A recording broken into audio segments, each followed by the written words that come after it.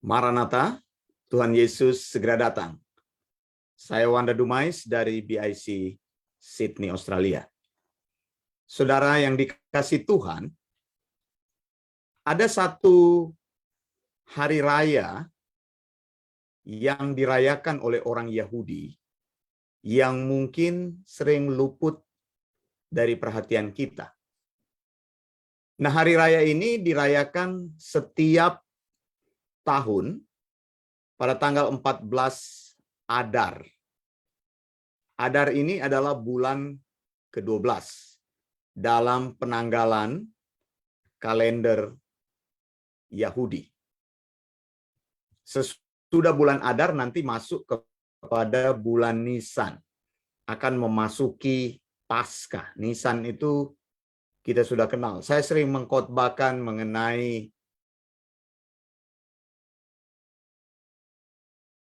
tanggal 14 Nisan. Nah, saudara yang dikasihi Tuhan, Purim itu pada tahun 2022 ini jatuh pada hari Rabu malam, tanggal 16 Maret, dan berlanjut sampai hari Kamis, tanggal 17 Maret, yaitu hari ini. Jadi dari kemarin sampai hari ini, dan mereka yang tinggal di Yerusalem, itu hari rayanya akan berlanjut sampai hari Jumat. Saudara, perayaan ini menarik untuk kita pelajari, karena ini adalah pekerjaan Allah yang menyelamatkan orang Yahudi ketika mereka tinggal di Kekaisaran Persia dari rencana jahat Haman untuk menghancurkan, untuk membunuh, untuk membinasakan semua orang Yahudi. Baik mereka yang muda, yang tua, bayi, dan anak-anak di dalam satu hari. Jadi perencanaannya hari itu tanggal 13 Adar. Tadi saya sudah sebutkan 14 Adar perayaannya, gitu ya. Tanggal 13 itu adalah rancangan jahat dari Haman, Perdana Menteri yang pada saat itu diangkat oleh Raja Ahasveros untuk memimpin di negara Persia. Orang Israel pada waktu itu berada di dalam penguasaan bangsa Persia. Kalau kita melihat dalam sejarah, pertama kali orang Israel dibuang ke Babel, dikuasai oleh Babel, kemudian dikuasai oleh bangsa Media dan bangsa Persia. Nah, pada saat berada di Persia itulah ada rencana jahat untuk membinasakan orang Israel, menghancurkan. Jadi ini betul-betul akan membuat satu bangsa ini hilang dari peredaran sejarah. Dan ini dilakukan oleh Haman sebagai Perdana Menteri Persia pada waktu itu. Nah, saudara, Purim itu artinya apa? Purim itu artinya membuang undi. Nah, pada waktu itu, rencana jahat ini ditegakkan atau dibuat oleh Haman untuk membinasakan orang Yahudi dengan cara dia melempar undian. Jadi nama undian ini berarti Purim. Begitu ya. Itu sebabnya orang Israel merayakan hari raya Purim. Saudara, engkau bisa menemukan peristiwa ini di dalam kitab Ester. Nah, saya membicarakannya karena hal ini ada di dalam Alkitab. Jadi bukan sebuah tradisi, tetapi dicatat di dalam Alkitab yang kita miliki, yaitu di dalam Perjanjian Lama. Saudara, Alkitab yang kita miliki, Alkitab Perjanjian Lama itu adalah Alkitab yang kita terima sepenuhnya dari kanon Alkitabnya orang Yahudi. Alkitabnya orang Yahudi itu berisi 24 buku yang disebut dengan Tanak. Ya, saya ingin jelaskan hal ini. Tanak. Tanak itu adalah akronim. Dari T-nya itu adalah Torah, 5 kitab Musa. Kemudian N-nya itu adalah Nevi'im, kitab nabi-nabi.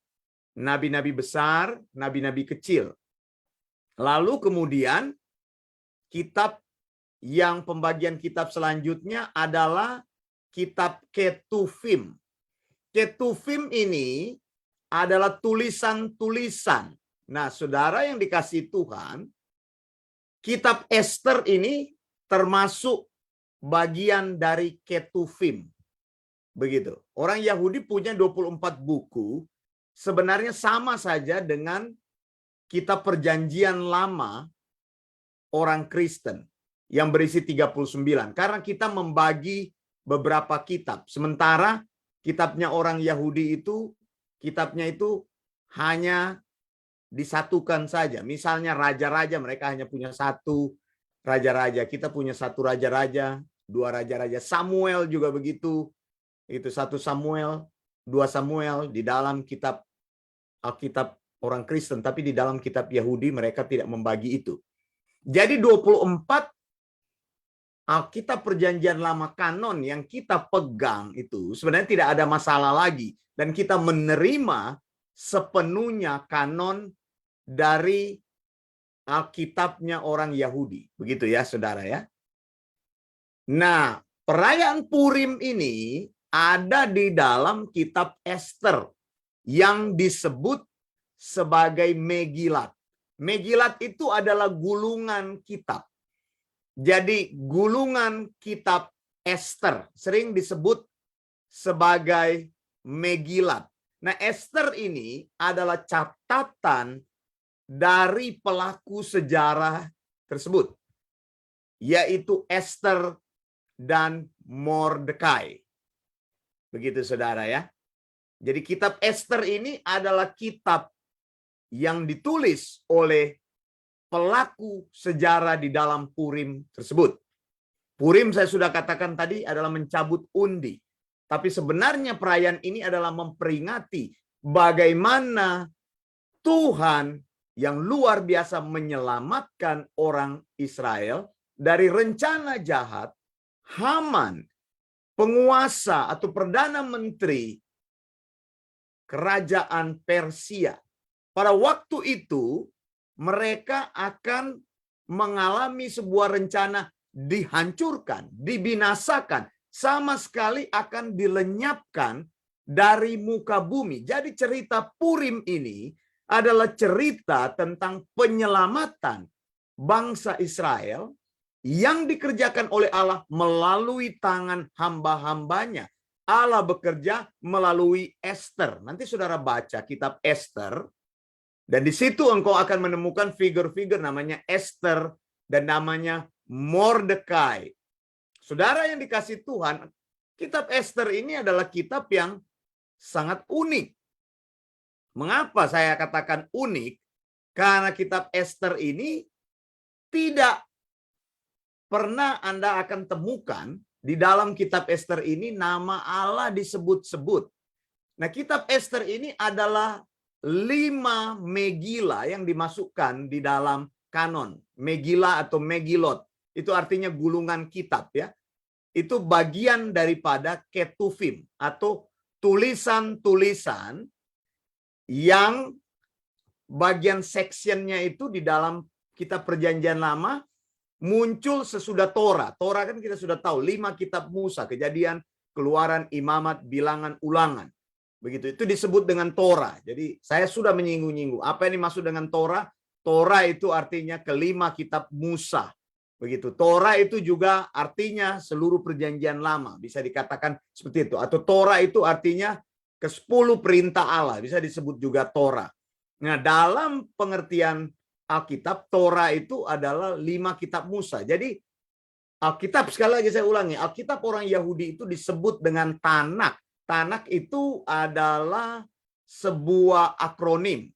Jadi sebuah akronim atau kata-kata yang disingkat dari sesuatu untuk membentuk sebuah kata, begitu ya. Jadi huruf-huruf yang disingkat begitu. Jadi Tanakh itu Torah, kemudian nanya itu adalah Nevi'im atau kitab nabi-nabi. Nah, kita tahu di dalam Alkitab kita punya kitab nabi-nabi kecil, kitab nabi-nabi besar. Maksudnya kitab nabi-nabi yang tulisannya panjang dan juga kitab nabi-nabi yang tulisannya pendek. Begitu. Itu maksudnya nabi-nabi kecil, nabi-nabi besar. Bukan nabinya yang besar dan bukan nabinya yang kecil, tapi tulisannya. Sementara Megillah itu adalah tulisan-tulisan pendek gitu yang masuk di dalam bagian daripada Ketuvim atau tulisan-tulisan sesudah Torah dan kitab nabi-nabi. Itu ada 5 yang dimasukkan dalam kanon itu, misalnya itu kitab Kidung Agung, kemudian kitab Rut, kemudian kitab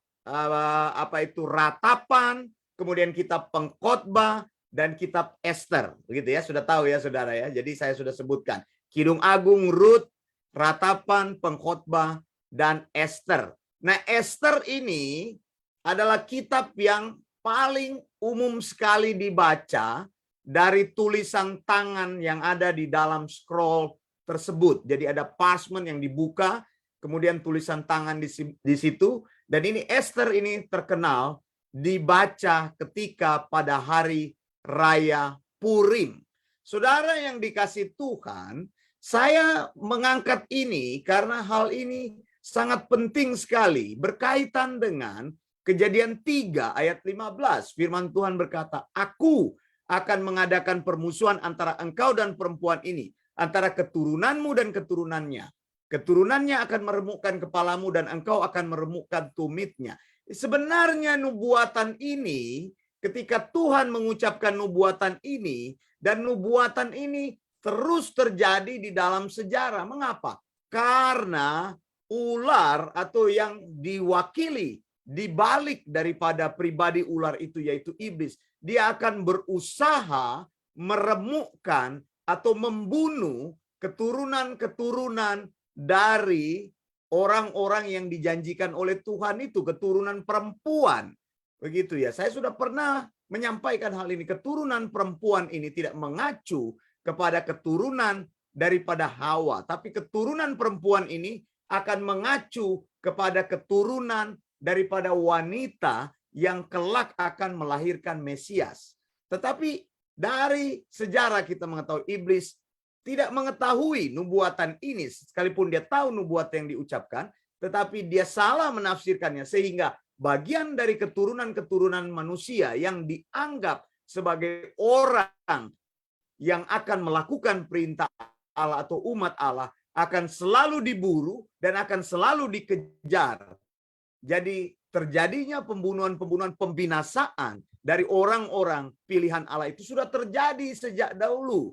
Kita mengenal bagaimana di dalam peristiwa Paskah juga bagaimana umat Tuhan itu diburu, akan dibunuh, akan dilenyapkan. Di dalam Purim ini kita melihat bagaimana orang Israel akan dilenyapkan dari muka bumi ini. Kenapa? Tujuannya itu sudah jelas. Ketika orang Israel dilenyapkan, maka tidak ada lagi orang yang memelihara wahyu Allah.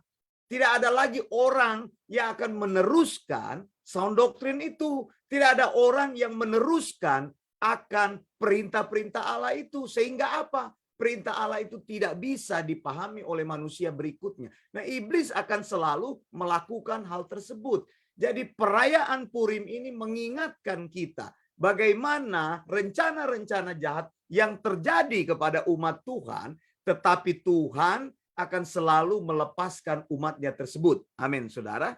Jadi saudara yang dikasih Tuhan, ada banyak rencana yang dilakukan atau dipikirkan atau akan disiapkan oleh sang pendakwa itu, oleh iblis, untuk menghancurkan, membunuh, membinasakan orang-orang yang takut akan Tuhan dalam berbagai pola yang sudah dibuktikan sejak dahulu. Tapi Allah yang berkuasa itu melindungi, menjaga. Allah yang berkuasa itu akan mempreserve, sama seperti firman Tuhan.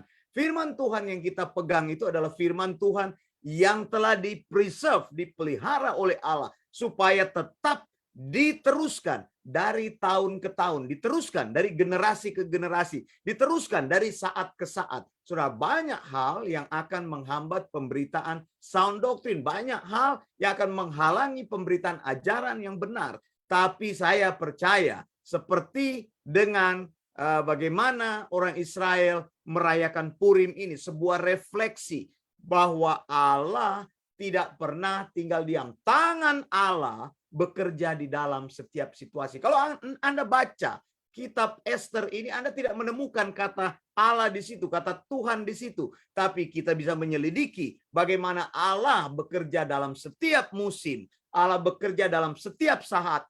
Allah tidak pernah tidur. Allah tidak pernah diam. Di dalam setiap situasi ada tangan Tuhan yang bekerja. Bahkan tangan Tuhan hari ini bekerja untuk Anda. Anda sadari atau tidak. Saya Wanda Dumais dari BIC Sydney, Australia untuk Bible Independent Church dan Eleos Theological School. Maranatha, Tuhan Yesus segera datang.